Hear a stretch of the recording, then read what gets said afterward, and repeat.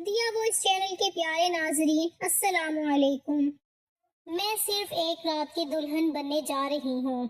شرط یہ تھی کہ شوہر صبح تک وہ سب کچھ کرے گا، لیکن میں تھک کر انکار نہیں کر سکتی۔ لیکن جب شوہر میرے ہوش اڑ گئے کیونکہ میری ٹانگوں سے میں صرف ایک رات کی دلہن بننے جا رہی تھی۔ ایک رات کی دلہن بن کر مجھے 15 لاکھ ملنے والے تھے۔ جب میں دلہن بن کر میرے ہونے والے شوہر کی پہلی بیوی کے سامنے آئی تو وہ میری تعریف کر رہی تھی۔ پتہ نہیں کیوں وہ اپنے شوہر کی دوسری شادی کروانا چاہتی تھی۔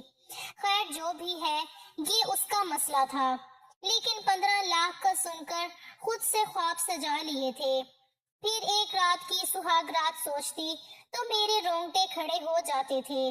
پتہ نہیں میرے ہونے والا شوہر میرے ساتھ اس ایک رات میں مجھ سے کیسا پیار کرے گا۔ یہی سوچ سوچ کر میں پریشان ہو رہی تھی، لیکن جیسے ہی میرا ایک دن کا شوہر کمرے میں داخل ہوا تو کمرے میں بہت اندھیرا تھا، اور دھیرے دھیرے میرے شوہر کا ہاتھ میری ٹانگوں میں رینگتا ہوا آیا، اور جب اس نے اپنی انگلیوں سے میری ٹانگوں پر پھیری تو میری چیخیں نکل گئیں، اور جب میں نے ہاتھ پیر مارنا شروع کیا تو غلطی سے لائٹ آن ہو گئی، اور جیسے ہی میری نظر شوہر پر پڑی تو میرے ہوش اڑ گئے، کیونکہ شوہر کے ہاتھ تو وہ عورت بہت ہی خوبصورت تھی، اور اس نے مجھے اپنی طرح خوبصورت بنا دیا تھا۔ میں عام سیدھی سی لڑکی آج بہت خوبصورت لگ رہی تھی۔ وہ مجھے دلہن بنا رہی تھی کیونکہ اس نے میری شادی اپنے شوہر کے ساتھ کروائی تھی، اور وہ مجھے اس کی دلہن بنا رہی تھی۔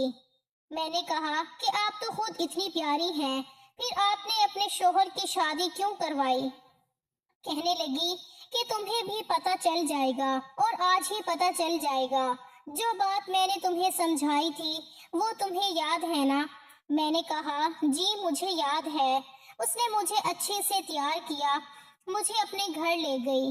اس کے گھر میں اور کوئی بھی نہیں تھا، مجھے اس کا شوہر بھی کہیں نظر نہیں آیا تھا۔ میں نے تو دیکھا ہی نہیں ان کو۔ آپ نے میری شادی اپنے شوہر سے کیوں کروائی ہے اور کیسے دکھتے ہیں مجھے نہیں پتا۔ اس نے کہا کہ آج کی رات تو تم دیکھ ہی لوگی۔ وہ مجھے کمرے میں بٹھا گئی۔ کمرہ بہت بڑا تھا، یہ لوگ بہت زیادہ امیر تھے۔ میں وہاں بیڈ پر بیٹھ گئی تو وہ کہنے لگی تم تھوڑی دیر بیٹھ کر آرام کرو، میں اپنے شوہر کو بھیجتی ہوں۔ ارے ہاں، وہ تو اب تمہارا شوہر ہے، میں تمہارے شوہر کو بھیج دیتی ہوں۔ وہ مسکرا کر کہنے لگی اور وہاں سے چلی گئی۔ میں اپنے شوہر کا انتظار کر رہی تھی، جب تھوڑی دیر کے بعد وہ کمرے میں داخل ہوا اور اس نے دروازہ بند کر دیا۔ جیسے ہی اس پر روشنی پڑی میں اسے دیکھ کر حیران رہ گئی۔ یہ تو 6 فٹ کا لمبا آدمی تھا، اور اس کی شکل اف۔ میں نے دونوں ہاتھوں سے اپنے لہنگے کو اٹھایا اور اس کمرے سے باہر جانے لگی۔ بس مجھے یہاں سے بھاگنا تھا۔ میں اس آدمی کے ساتھ زندگی تو کیا 1 گھنٹہ بھی نہیں گزار سکتی۔ اور اس نے مجھے روک لیا اور کہا کہ کیا ہو گیا ہے، تم تو میری بیوی ہو۔ میں نے کہا کہ مجھے جانے دو، اب مجھے سمجھ آ گئی ہے کہ تمہاری بیوی نے تمہاری دوسری شادی اتنی خوشی خوشی کیوں کروائی ہے۔ لیکن اس نے میری بات نہیں مانی اور میری کان میں ایسی بات بتائی کہ میں زمین پر سجدے میں گر گئی، کیونکہ اس نے مجھے کہا کہ آج کی رات میں اور تم۔ میرے بابا اس دنیا سے جا چکے تھے، گھر میں 4 بہنیں تھیں اور میرے پاس ان کا پیٹ بھرنے کے لیے کچھ بھی نہیں تھا۔ میری ماں مجھے بار بار کہتی تھی کہ تو ہی بڑی ہے، اگر تو نے ہی کچھ نہ کیا تو کیا ہوگا، تو بتا دے اگر کوئی اور راستہ ہے تو ہم اس پہ چل لیتے ہیں، یا پھر ہم سب کو زہر دے دے۔ میں اتنی مجبور ہو چکی تھی کہ اب وہی طریقہ رہ گیا تھا جو ایک عورت کے پاس ہوتا ہے، لیکن یہ معاشرہ اسے غلط کہتا ہے۔ لیکن کوئی بھی عورت اپنی مرضی سے اس راستے پر نہیں چلتی۔ آج جب بہنوں کو دیکھا تو دل خون کے آنسو رونے لگا۔ 2 دن سے انہوں نے کھانا نہیں کھایا تھا، پھر بھی وہ مسکرا رہی تھی اور کہہ رہی تھی آج میں گھر سے یہی سوچ کے نکلی تھی کہ بس ان کے لیے روٹی کا انتظام کر کے آؤں گی۔ جب میں نے یہ ایک عجیب سی بات سنی، میں فارغ بیٹھی تھی کہ میرے ساتھ آ کے 2 عورتیں بیٹھ گئیں۔ پہلے ادھر بہت خوار ہوئی تھی، کچھ نہیں ملا تو یہاں بینچ پہ آ کے بیٹھ گئی اور رونا شروع کر دیا۔ عورتیں آپس میں باتیں کر رہی تھی، کہنے لگی اگر میں کنواری ہوتی تو میں تو ایسے موقع سے فائدہ اٹھاتی، صرف ایک رات کے 15 لاکھوں روپے کون دیتا ہے۔ جب میں نے یہ بات سنی تو میں بھی حیران رہ گئی کہ ایک رات کے 15 لاکھ روپے سے کیا مطلب ہے۔ کون سی پیسوں کی وہ عورتیں آپس میں باتیں کر رہی تھیں اور کہہ رہی تھیں کہ یہ تو صرف کنواری لڑکیوں کے لیے ہے۔